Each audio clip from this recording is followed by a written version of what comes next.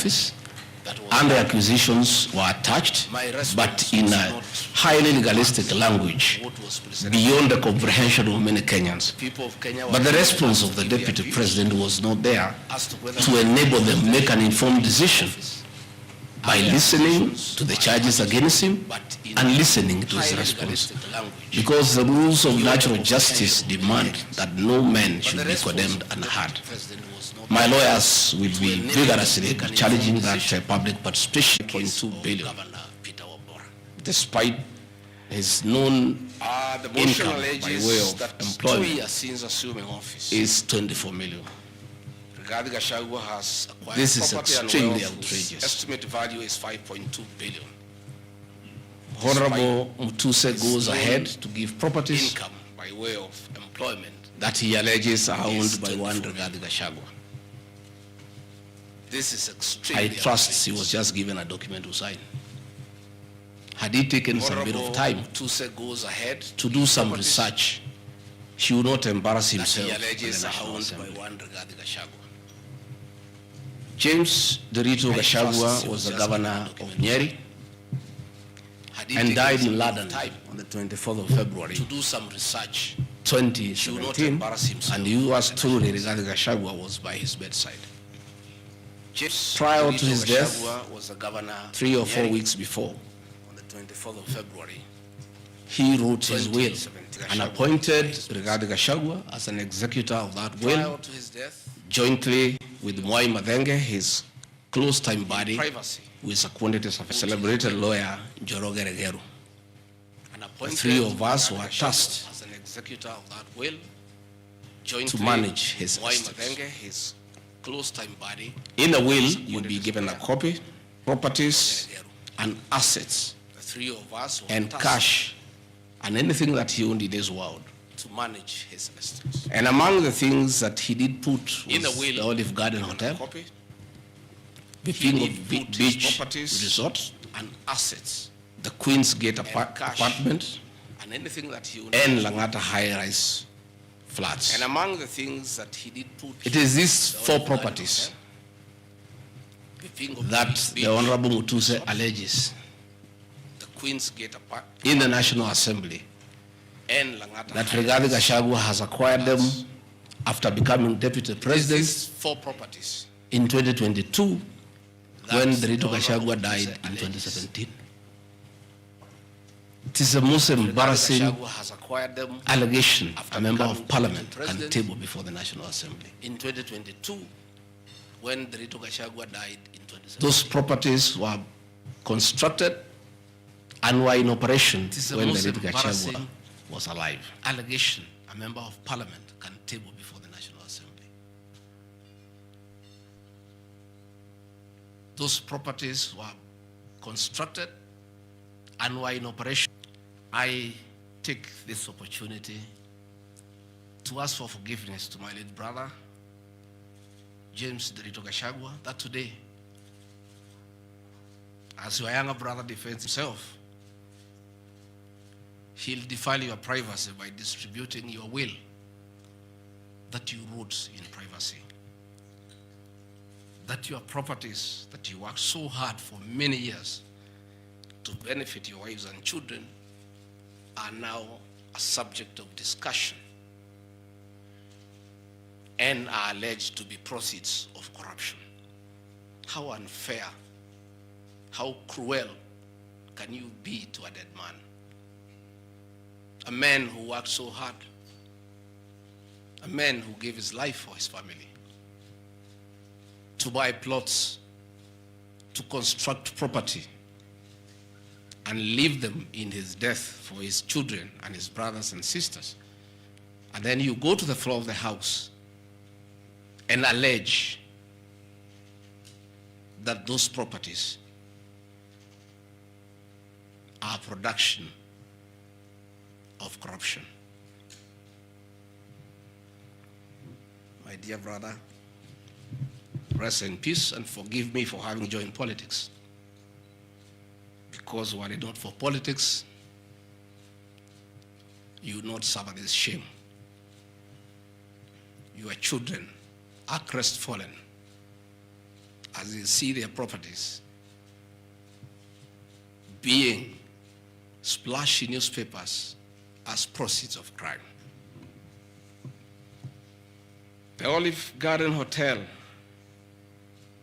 that is alleged to have been bought by Rigathi Gachagua belongs to the estate of the late James Derito Gachagua.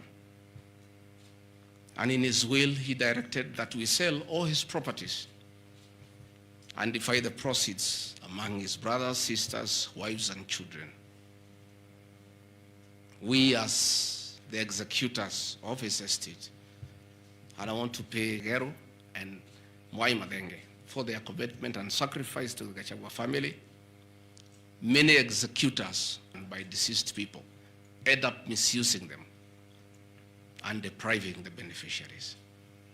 These two great men and myself, because my brother knew I'm an honest man and a fair person, and he knew his family would never suffer in my hands. We were able to sell Olive Garden Hotel at 412 million and distributed the proceeds to the beneficiaries as directed in his will. We registered his will in the High Court of Kenya and were given the probate. And my late brother, in his wisdom, left Rigathi Gachagua 5%. I was therefore able to get 20 million shillings from this. And again, I'm told they are proceeds of crime. He left my mother 5% of his wealth, another 20 million shillings. And since my mother is dead, my late brother, because he trusted me, had put in his will that I hold my mother's shares in trust, million shillings in my account. Again, my late brother hold in trust of the children who is deceased, the late Dr. Friend Wachira Gachagua, whose children are in South Africa. And another 16 million shillings was put in my account. My late brother gave 2% to my wife, Pastor Dorcas, because of her kindness of looking after him when he was ill. All this money that has come to me from a dead brother, I'm being told are proceeds of crime.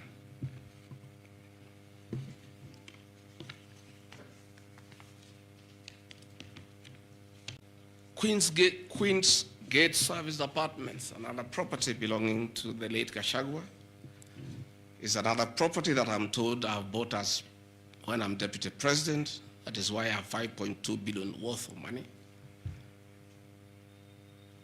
Again, we sold the Cooperative Bank of Kenya, the staff retirement benefits for nearly 600 million. And this money we utilized to pay his debts. And today, as the late Gachagua rests in heaven, he has no debt. Again, I want to thank my fellow executors, Njoroge Regeru and Mwai Madenge, for what you have done for my brother. Vipingo Beach Resort in Kilifi was Gachagua's holiday home, a beautiful resort on 3.5 acres on the beach. I remember with nostalgia that he used to host us there every Christmas to enjoy ourselves. This property belongs to the estate of the deceased because ourselves have a family. We want to retain it for sentimental value so that when we visit there, we remember him. The Honorable Mutuse again goes to the, in a very emotional manner, quoting the Bible, says that this property has been bought corruptly by the deputy president without knowing where the money has come from. I have seen some land, Rogoro Kiamariga, 1223 in Mathera East constituency. To start with, Rogoro Kiamariga is not in Mathera East constituency. It is in Mathera West constituency. In haste to dispose of the deputy president because of political deceit and conmanship and betrayal, they could not even get it right where the land is situated. They were in such a haste to get rid of the deputy president. The land is Ruguru/Kiamariga, 1223 in Mathera West constituency. It's a 2-acre land. It's alleged it has a helipad. It's a lie. The land is 2, and I have planted napier grass for my dairy unit. I bought it at 3.5 million shillings. Again, from my dairy farm. I have a dairy farm, 50 cows, and I do make an income of almost 1.5 million shillings every month. They afford to buy 2 acres. I take this opportunity. Anytime I've got everybody, in appreciation of the support I give, President gives me a cow or 2.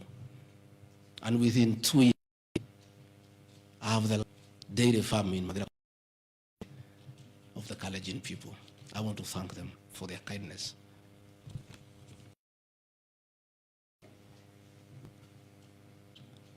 In Kakuret, Nyeri constituency,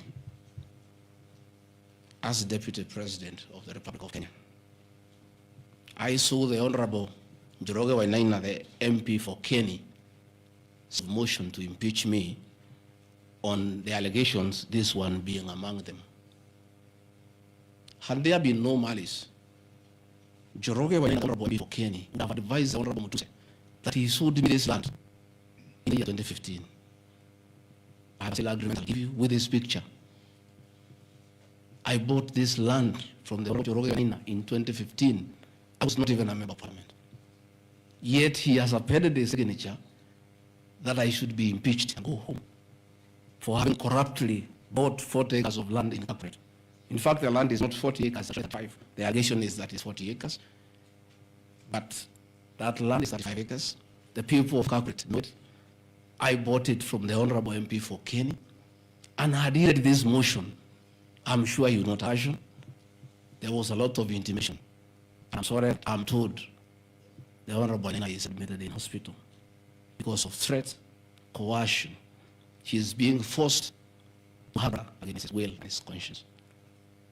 This to the National Assembly and asking the people of Kenya to get rid of the Deputy President of the Republic of Kenya based on lies. I've seen another ridiculous allegation that the Honorable Gachagua, Deputy President of the Republic of Kenya, is becoming Deputy President, acquired 8 acres of land in Meru. That is false. What is true is that the President is a member of Solution Circle Limited in Meru. And for those who don't know, the Deputy President is half Meru, half Kufu. His mother, the late mother, Gachagua, was born in Meru in a place called Katheri, and thereafter settled in Beresha. Deputy President Rigathi Gachagua sometimes is a lonely man. His father is dead, his mother is dead. His brother Gachagua, the governor, died of pancreatic. So when he was home, many times he's lonely. And he decided to look for some house and be among his relatives, 29 acres, and borrowed money from Solution Circle, which I mean every month. We'll give you documents that I have bought from loan, that I have taken as a member of Solution Circle in Meru, the land of my mother, and which I call home. I have seen an allegation that I have a dairy farm in Nyandarua. I don't have a single one in Nyandarua. I have some little land in a place called Shamata, but I'm yet to do anything about it. I think I just mentioned it to the member of parliament for that area called Gachagua, that I would like to start a dairy farm. And I think it was almost in parliament. The Honorable Muduse went ahead to say that I own a dairy farm in Nandaro. I own no such farm today, but God willing, because of the good climate in Daragwa, in Shamata, one day, God willing, I'll have a huge.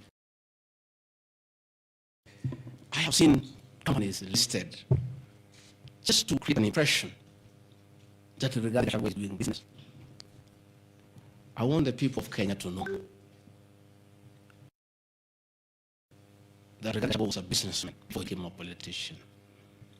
And he had a life. And that life is part of his history. So getting companies 15 years ago, 13 years ago, 10 years ago, and publishing them.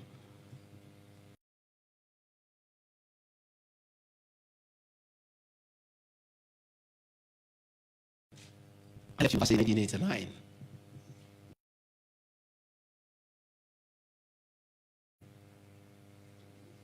I left for the private sector for 15 years.